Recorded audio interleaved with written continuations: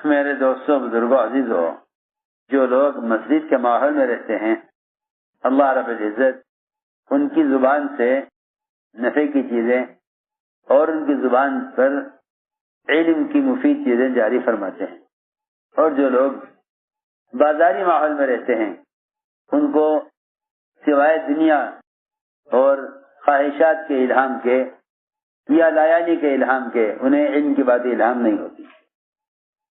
ابو عبیدہ رضی اللہ عنہ یہ وہ صحابی ہیں جو اپنے قرض سے تنگ ہو کر مسجد میں آ کر بیٹھے ہوئے تھے۔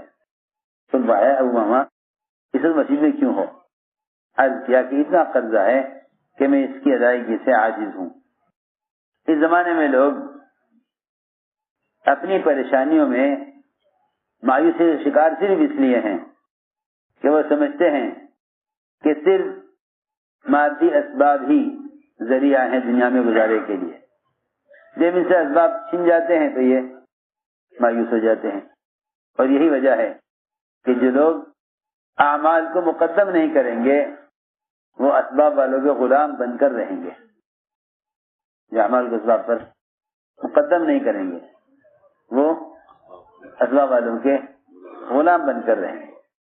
ایک صحابی کے قول کا مفہوم ہے، وہ فرماتے ہیں کہ جو اعمال پر محنت نہیں کریں گے اور دنیا کے طالب بن کر رہ جائیں گے وہ ان لوگوں کے غلام بن کر رہیں گے جن کے ہاتھ میں اللہ نے مال اور اسباب دیا ہے۔ یہ مواعظ ہیں ابو عبیدہ رضی اللہ تعالیٰ عنہ کے۔ فرماتے ہیں سلیح بن عامر کہ ہم نکلے ایک جنازے پر باب دمشق میں، ہمارے ساتھ ابو عبیدہ رضی اللہ تعالیٰ عنہ بھی تھے۔ جب وہ نماز جنازے کی پڑھ کر فارغ ہو گئے اور جنازے کو دفن کرنے لگے تو فرمایا اے لوگو، تم صبح شام اپنے ٹھکانوں پر نیکیاں اور برائیاں جمع کر رہے ہو، اور قریب ہے کہ تم ان تمام نیکیوں اور تمام خرابیوں اور برائیوں کے ساتھ اس دنیا سے سفر کرو اس منزل کی طرف، اور وہ منزل یہ ہے۔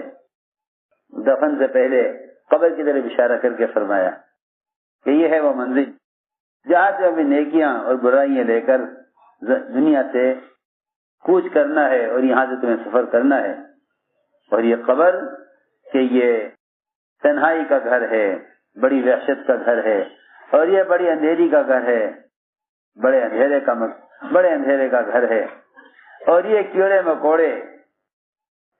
مکوڑوں کا گھر ہے، اور یہ انتہائی اتنا تنگ ہو جائے گا، قبر کا گھر اتنا تنگ ہو جائے گا تم پر کہ پسلیاں ایک دوسرے میں داخل ہو جائیں، مگر سوائے اس شخص کے جس کے لیے اللہ رب العزت اس کی قبر میں وسعت کر دیں۔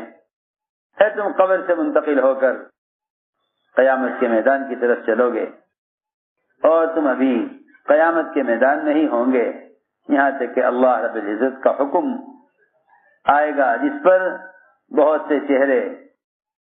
سے چہرے چمکدار اور سفید کر دیے جائیں گے اور بہت سے چہرے سیاہ اور کالے کر دیے جائیں گے۔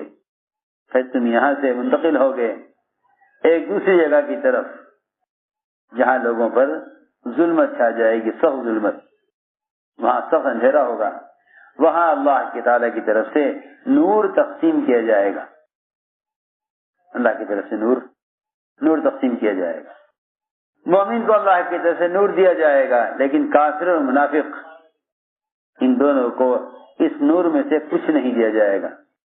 یہی ہے وہ مثال جس کو اللہ نے بیان کیا ہے قرآن میں، اور فرمایا ہے یا ایسی ظلمتیں جیسی ظلمت کسی گہرے سمندر کے اندر کی ہوں۔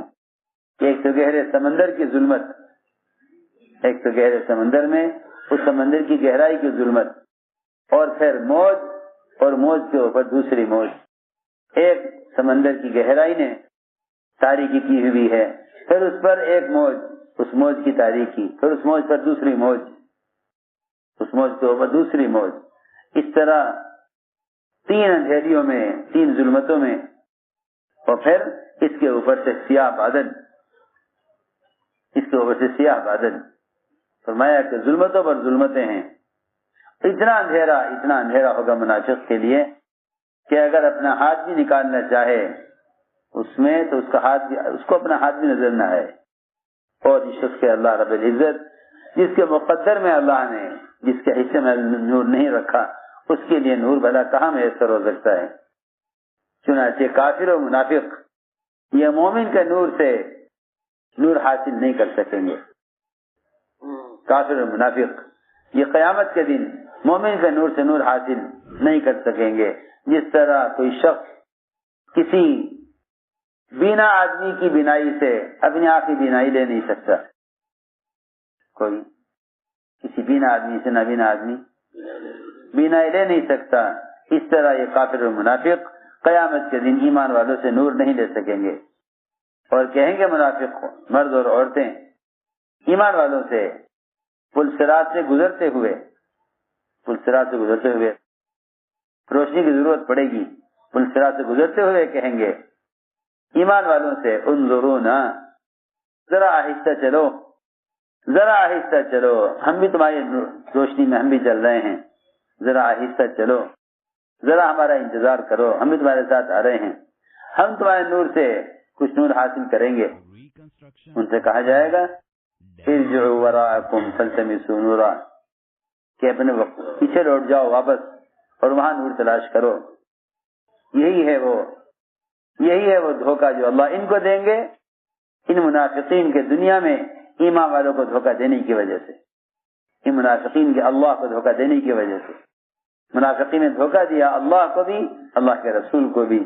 اللہ تعالیٰ قیامت میں ان منافقین کے ساتھ یہ تدبیر کریں گے ان کے اس دھوکے کی سزا میں کہ اللہ فرمائیں گے کہ پیچھے پلٹ کر جاؤ نور تلاش کرو. کہا جائے گا ان سے پلٹ جاؤ پیچھے کی طرف نور تلاش کرو. چنانچہ وہ نور تلاش کرنے کے لیے پیچھے پلٹیں گے اور ایمان والے اپنے نور کے ساتھ آگے بڑھ جائیں گے. چنانچہ یہ پھر نور کی تلاش میں اس جگہ پر جائیں گے جہاں نور تقسیم کیا گیا تھا. خیال آئے گا چلو وہاں چلتے ہیں جہاں سب کو نور تقسیم کیا گیا تھا. وہاں آئیں گے تو وہاں نور تقسیم ہو چکے گا اور وہاں انہیں کوئی نور حاصل نہیں کر سکیں گے. پلٹ کر ادھر آئیں گے ایمان والوں کے پیچھے تو ان کے اور ایمان والوں کے درمیان ایک دیوار کر دی جائے گی. اس کا ایک دروازہ ہوگا, اس کے اندر رحمت ہی رحمت ہوگی اور اس کے ظاہر میں اس سے پہلے عذاب ہوگا. چنانچہ یہ منافقین و کفار اس میں داخل ہو جائیں گے. فرماتے ہیں کہ برابر منافق کسی دھوکے میں رہے گا یہاں تک کہ سارا نور تقسیم کر دیا جائے گا اور اللہ رب العزت اس نور کے ذریعے منافق اور مومن کے درمیان فرق اور امتیاز پیدا فرما دیں گے.